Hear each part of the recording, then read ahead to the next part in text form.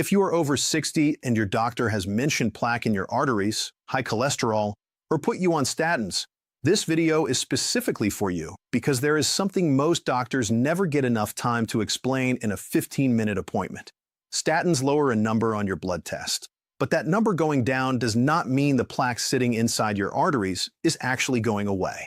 For millions of seniors, that plaque is quietly building right now with no symptoms, no warning, and no pain until one day it becomes a heart attack or a stroke. What I am about to show you changed how I think about this completely as a physician. Stay with me. I am Dr. Robert Harrison, and for the past 7 years, I have worked with hundreds of senior patients managing cholesterol, plaque, and cardiovascular risk. In my years of practice working with senior patients, one of the most common things I hear across the exam table is this: "Doc, I do not want to be on medication for the rest of my life. Is there anything else we can do?" And I respect that question deeply because it deserves a real clinical answer, not just a prescription and a handshake. I have worked with patients who came in with significant carotid plaque, elevated cardiovascular risk, and a strong desire to address it through every available tool, not just medication. What I found in those cases, backed by the research I am about to walk you through, genuinely changed how I approach cardiovascular health conversations with my senior patients. Today, I want to share all of it with you. Before I get into what these two foods do, you need to understand what plaque actually is and how it forms inside your arteries. Because most people think of it as a simple fat deposit. It is far more complicated than that. Plaque is not just cholesterol sitting in a pipe like grease in a drain. It is a structured, organized buildup that develops in stages inside the actual wall of the artery. It starts when the inner lining of an artery gets damaged from high blood pressure, smoking, blood sugar spikes, or chronic inflammation. Once that lining is damaged, LDL cholesterol particles start sneaking underneath it. And that is where the real problem begins. Once LDL cholesterol gets underneath the artery lining, something critical happens. It gets oxidized. Oxidation is essentially a chemical damage process. Think of it like metal rusting from the inside. When LDL becomes oxidized, it transforms into something the body treats as a foreign invader. White blood cells called macrophages rush in to clean it up. They swallow the oxidized LDL and become what scientists call foam cells. Those foam cells pile up inside the artery wall, die, and leave behind a core of fatty debris. That debris gets encased in a fibrous cap, a layer of protein and tissue that hardens over time. That entire structure is what we call plaque, and it narrows the artery from the inside without you feeling a single thing. Now, here is what I need you to understand about statins and why they are only part of the answer. Statins work by blocking an enzyme in the liver called HMG-CoA reductase. By blocking that enzyme, the liver produces less LDL cholesterol. High-dose statins can reduce LDL levels in the blood by up to 60%. That is a real and significant reduction. But here's the critical gap.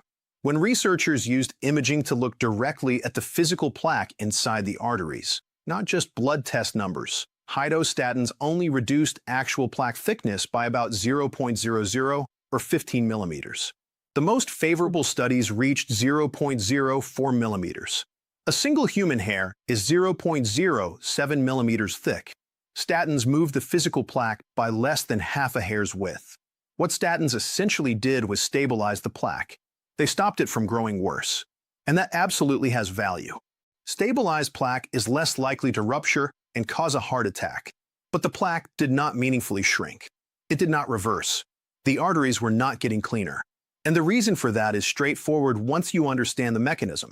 Statins lower the amount of LDL circulating in the blood. That is one step in the plaque formation chain.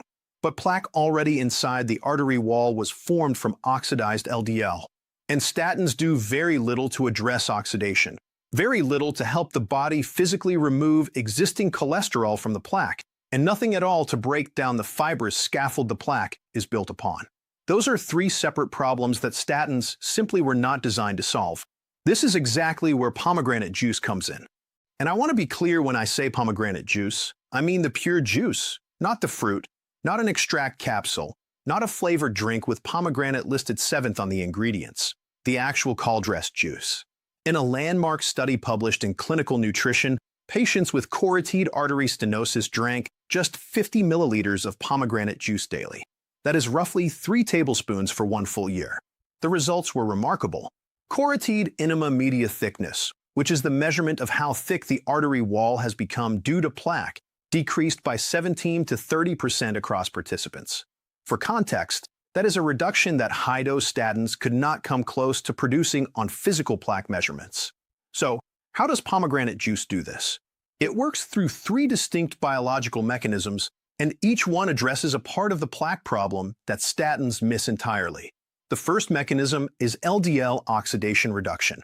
Pomegranate is extraordinarily rich in polyphenol, specifically punicins and ellagic acid, which are among the most potent antioxidants found in any food.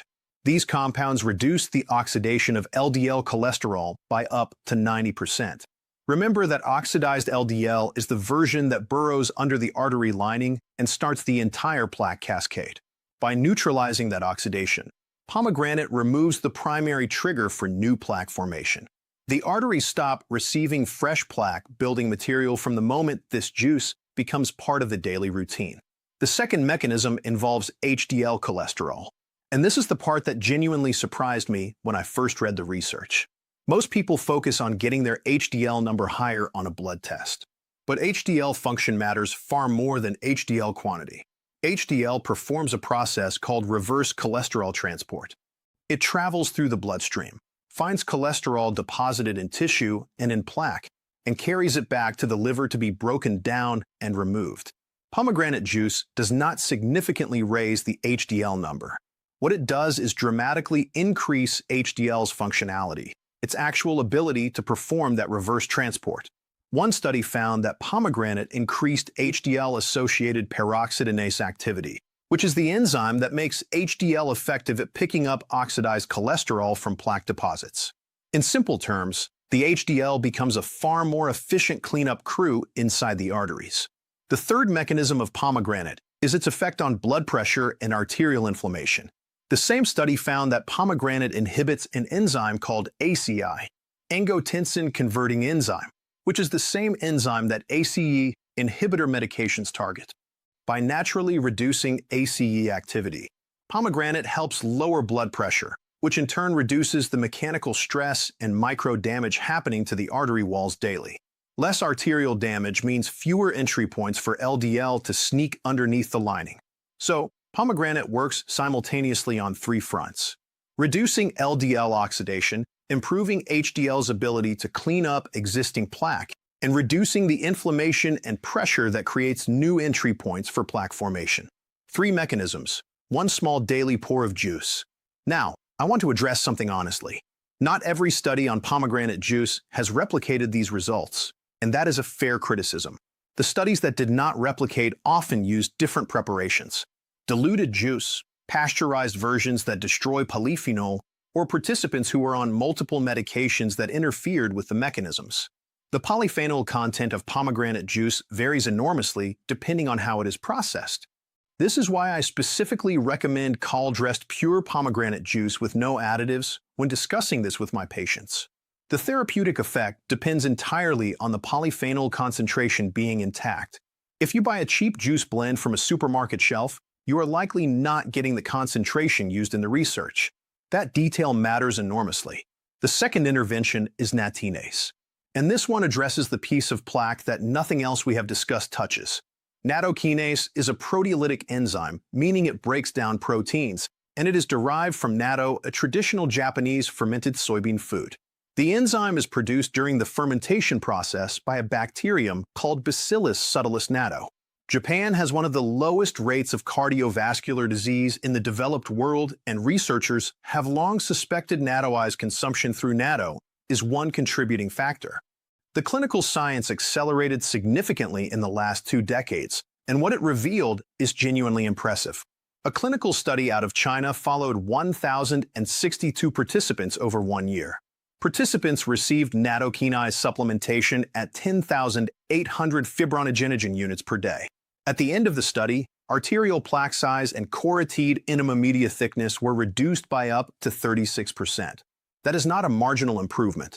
That is substantial measurable plaque regression. I want to be transparent.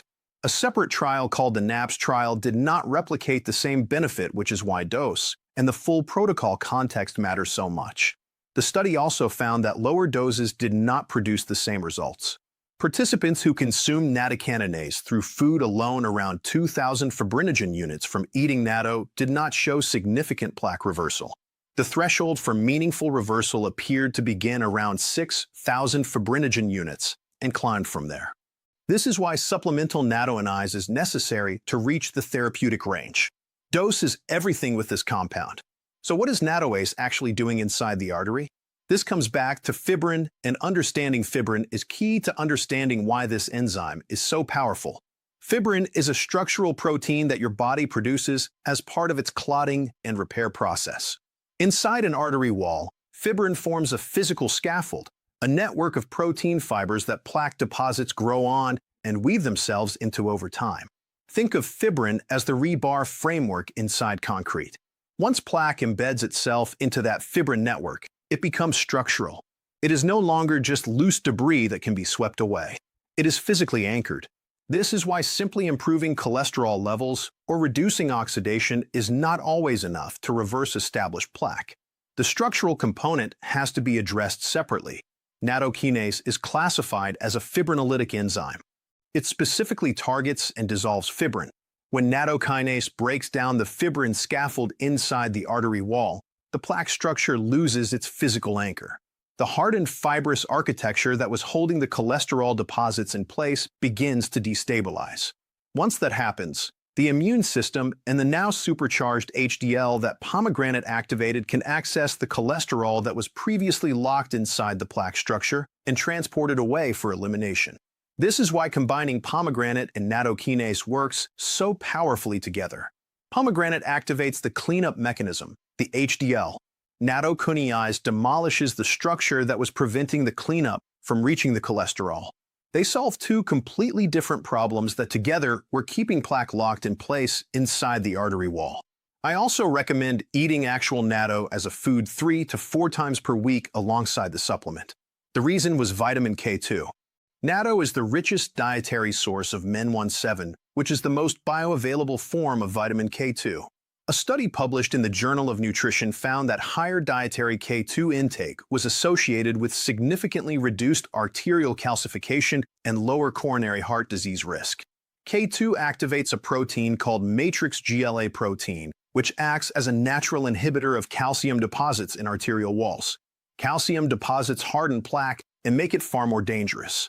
So the natto was serving double duty, providing some nattokinase through the food and delivering K2 to help prevent the calcification that makes existing plaque more deadly. So here is what this protocol actually looks like day to day for the senior patients I have guided through it every morning on an empty stomach. Nattokin supplement targeting the 10,000 to 10,800 fibrinogen unit range. Empty stomach is important here. Nattokinase absorbs significantly better without food competing with it in the digestive tract. And some research suggests food proteins can partially degrade the enzyme before it is fully absorbed. With breakfast, 50 milliliters of col-dressed pure pomegranate juice, no sugar added, not from concentrate. Most people find it easier mixed into a small glass of water because straight pomegranate juice is quite tart. 3 to 4 times a week. Natto as a food for the K2 combined with the right dietary adjustments, that is the complete foundation of the protocol. Now I have to be direct with you about something important. I am not telling you to stop any medication your doctor has prescribed. Every patient's clinical picture is different and medication decisions should always be made together with your physician and with proper monitoring. If you are currently on statins, those statins may be doing critical work, particularly around plaque stabilization, that this protocol alone does not replace. What the research tells us is that these two foods operate through entirely separate mechanisms from statins. They are not competing with your medication.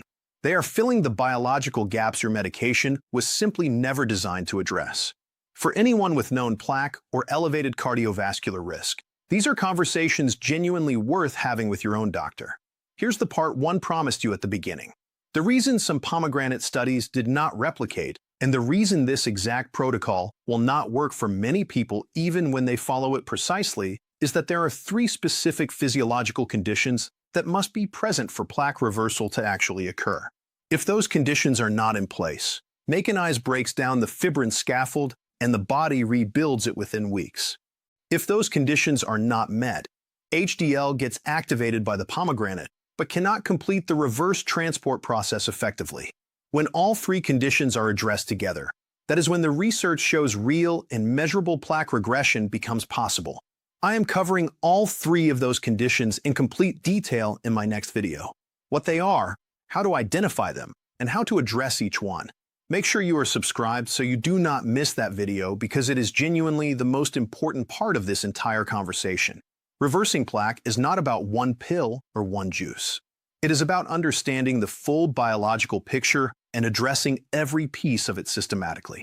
Heart disease remains the #1 cause of death worldwide, not because solutions do not exist, but because most approaches only target one part of a multi-step problem.